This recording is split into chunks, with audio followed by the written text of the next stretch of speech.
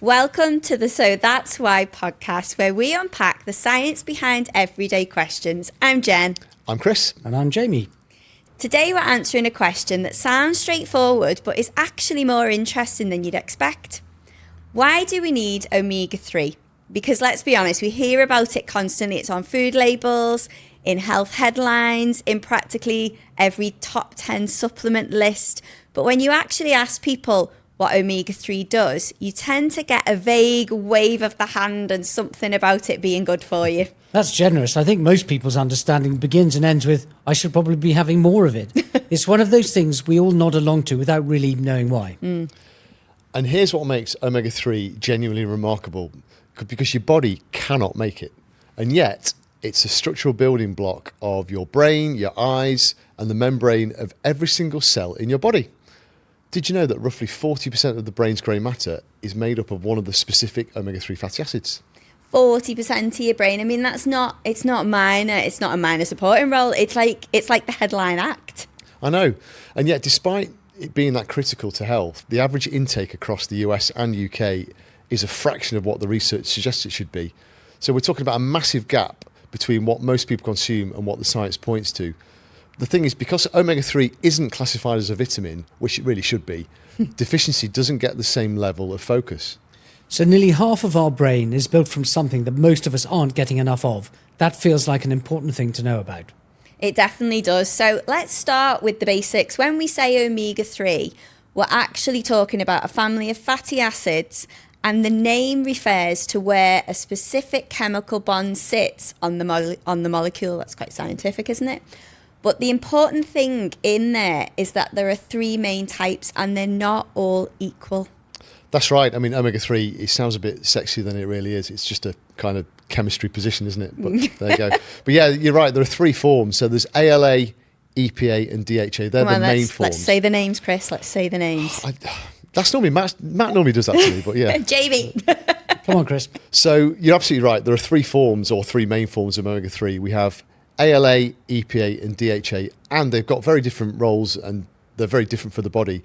So ALA, which is alpha-linolenic acid, is found in plant foods like flaxseed, chia, walnuts.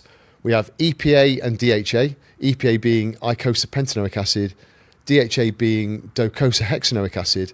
They're the two forms that do the heavy lifting when it comes to health benefits. They're the forms that the body needs, and they're found naturally in microalgae, which is actually the original source in the food chain. And that's an important distinction, isn't it? Microalgae produce omega-3, the EPA and DHA. The fish accumulate it by eating the algae or eating things that eat algae. So the algae are the primary producer and everything else is secondary. So the algae are doing all the work and the fish have been taking the credit this whole time. Pretty much. And we always say we can cut out the middle fish, don't we? Yeah. This matters because even though your body can technically convert ALA from plant foods into EPA and DHA, it does it really poorly. So research suggests that, or research has shown that conversion rates are about 5% from ALA to EPA and even less, under 1% from ALA to DHA, with some studies showing conversion doesn't actually always take place at all. So those figures are really low. So if you're relying solely on flaxseed or chia seeds for your EPA and DHA, you'd need unrealistic quantities to match what you can actually get from an algae-based supplement. Exactly. So ALA-rich foods are valuable to our health. So walnuts, chia seeds and flax hemp, as I've mentioned, they're all really good, and this should be part of your diet, just not for active omega-3. You need the omega-3 directly in those bioactive forms of EPA and DHA. Right. And that conversion problem affects everyone regardless of what diet they follow. Whether you eat fish or not, knowing the difference between ALA and the EPA and DHA your body actually uses is pretty fundamental. Okay, so now we know what omega-3 is. Let's get into what it actually does, because here's where it gets impressive and here's where Chris can geek out. But the heart health evidence is substantial, isn't it? Yeah, it really is. And there was a major Cochrane review that looked at 86 randomised controlled trials involving over 160,000 participants. And it found that omega-3 supplementation reduced blood triglyceride levels by about 15%. and decreased rates of death caused by cardiovascular diseases. And one of the larger studies on this was the VITAL trial, and that followed over 25,000 adults for more than 5 years, and they found that just 1 gram of omega-3 daily produced a 28% reduction in total heart attacks. And for those who weren't getting EPA and DHA already in their diet, the reduction was even larger. It was 40%. 28% from 1 gram a day. That's genuinely significant for something you can take alongside your morning coffee. Yeah. It is. It's huge. And it firmly answers that question of whether a supplement kind of this big can really make a measurable difference to health. But omega-3, it isn't just a heart story, is it? You know, DHA, like you mentioned, is a structural component of the brain, and the evidence for cognitive function, it's really building. A review of clinical trials found that omega-3 supplementation improves learning, memory, and blood flow in the brain.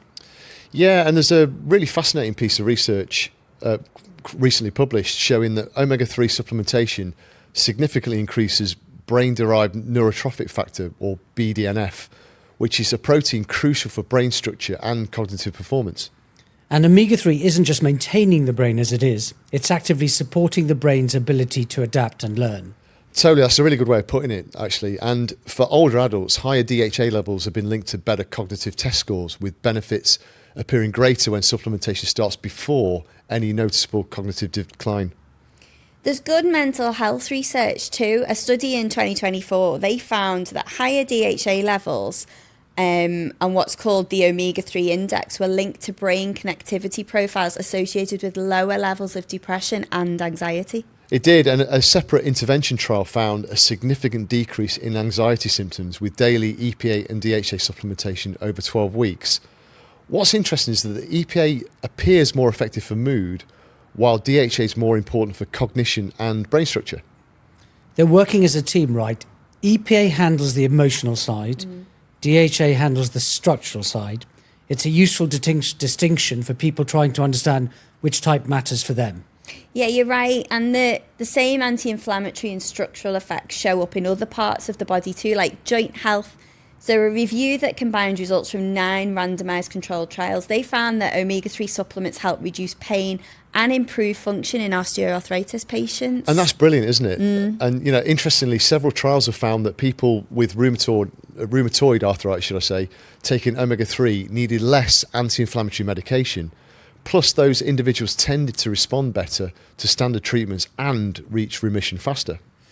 It is becoming clear that it's one of those topics where you start pulling a thread and realise it connects to practically everything. Heart, brain, mood, joints. It's amazing how many systems omega-3 plays a role in. What are some of the other ones we haven't talked about yet?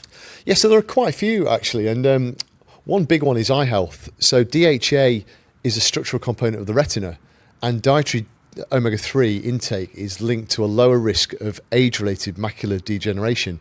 And macular degeneration is a huge consideration for an aging population. But omega-3 isn't just about structure, it also helps regulate inflammation and immune function, which is why we see effects in autoimmune disease research. Like in the VITAL study that Jen mentioned, omega-3 is also really important, of course, for mum and baby during pregnancy. Totally, and the pregnancy research is really striking. So there was a review of 70 trials involving nearly 20,000 women, and they found that omega-3 supplements reduced the risk of early preterm birth by 42%. 42% reduction in early preterm birth. That's potentially life-changing for families. Absolutely. Yeah. Now, one thing we should address is the omega-6 to omega-3 ratio, because this comes up quite a lot. It does, and it is important. So both omega-6 and omega-3 are essential fatty acids, and your body does need both. The issue is balance, so they compete for the same metabolic enzymes, and omega-6 derived signaling molecules tend to be more pro-inflammatory, whereas omega-3 derived ones are anti-inflammatory.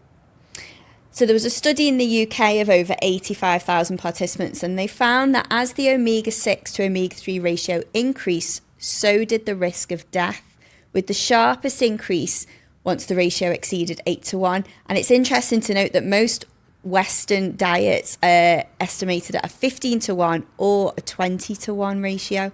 But the answer is not to panic about omega-6, right? Not at all, no. So you need omega-6. The practical solution is simply to increase your omega-3 intake. If you fix the omega-3 side, the ratio improves naturally. Okay, so what are the signs that someone might not be getting enough? Because we know that deficiency is incredibly common. It is, and the signs tend to be things that people attribute to other causes. So dry or irritated skin being one, because omega-3 helps maintain the skin's moisture barrier. Joint stiffness that isn't clearly linked to an injury is another. Then you've got things like poor concentration and brain fog, or mood changes, dry eyes, fatigue, even brittle hair and nails. These are all signs of omega-3 deficiency. So, a whole collection of things that most people would just put down to being tired or getting a bit older, when actually their body might be quietly asking for more omega-3. I reckon half the people listening to this are mentally ticking off at least 2 of those right now. Probably more than 2. And the frustrating thing is that people spend time and money chasing solutions for symptoms individually. So you might buy a cream for dry skin, take painkillers for your joints, have coffee for the concentration issues, when part of the answer might just be addressing one underlying nutritional gap. Yeah, that's a really important point. It's not that omega-3 is this kind of magic bullet or miracle cure for all those things, but if you're consistently not getting enough omega-3, those symptoms can stack up quietly over time. So what should people actually aim for? So for healthy adults, most health organisations recommend a minimum of 250 to 500 milligrams of combined EPA and DHA daily. For people with existing heart conditions, the recommendation is a bit higher, it's about 1,000 milligrams. And for high blood triglyceride levels, clinical doses can go up to about 4,000 milligrams, but that would be under medical supervision. Our main advice is to be between 500 to 1,000 milligrams per day, which is a really beneficial ongoing daily dose. And the average person is getting about 100 milligrams a day. That's a huge shortfall. It really is, and that's why supplementation makes sense for a lot of people. So whether it's an algal-based source like our omega-3 at Vegetology, or from oily fish if that's your preference, the important thing is getting EPA and DHA directly rather than relying on ALA conversion. But just to say, it's highly unlikely that battered fish bites from the frozen food aisles of your supermarket are offering much by way of EPA or DHA at all, unless they've been fortified. So always check these so-called omega-3 rich foods really are rich in omega-3. Yeah, that's a really good point. It is easy to assume we're getting certain nutrients from headline foods, but that's not always the case. But the safety profile of omega-3 is excellent too, isn't it? So doses up to 5 grams daily are considered generally safe. And if you're not keen on fish, algae-based supplements avoid that fishy aftertaste issue entirely, which is a bonus. What strikes me is how omega-3 connects to so many things we've talked about in previous episodes. Brain fog, sleep quality, joint health, mood, it keeps showing up.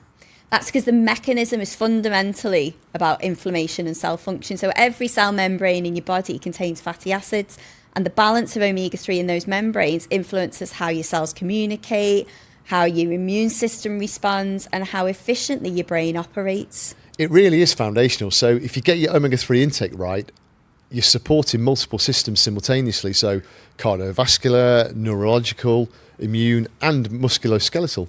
So what's the simplest starting point for someone listening to this thinking they should probably do something about it? So for omega-3, as we said previously, the forms that we need are EPA and DHA. That is the key. So a quality omega-3 supplement or foods that are fortified with omega-3 are the most reliable and consistent way to close that gap. If you eat oily fish, that can be a good source, but governments recommend not eating too much oily fish because they can contain potentially high, dangerous levels of mercury and other heavy metals. So let's be honest, it's kind of pointless getting enough omega-3 if the mercury of the fish is sending you a bit crazy. But the overall key is finding an omega-3 EPA and DHA source that works for you, something that you can take daily, because consistency matters more than perfection. I think that's a message that applies to most health habits, isn't it? The best approach is the one that you're likely to stick to. Absolutely. And it's worth saying that the research we've discussed today, it isn't fringe science. These are large-scale, peer-reviewed, randomised controlled trials that involve tens of thousands of participants. The evidence base for omega-3, it's growing and it's really strong. So why do we need omega-3? We need omega-3 because it's an essential fatty acid that your body cannot manufacture yet it's a structural component of your brain, your eyes, and every cell membrane in your body. And research shows that it supports cognitive function, it reduces cardiovascular risk, it helps manage inflammation in joints, and it plays a role in mental health, and so much more.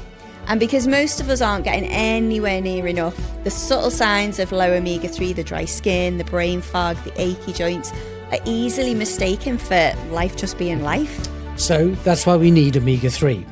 And it's worth paying attention to whether you're actually getting enough, rather than just assuming you've got it covered. So that's it for this week. Make sure that you hit that subscribe button. We're unpacking the science behind everyday questions each week. Tell us in the comments what you'd like us to explore. Thanks for geeking out with us. But for now, that's it from me. That's it from me. And that's it from me. Bye for now.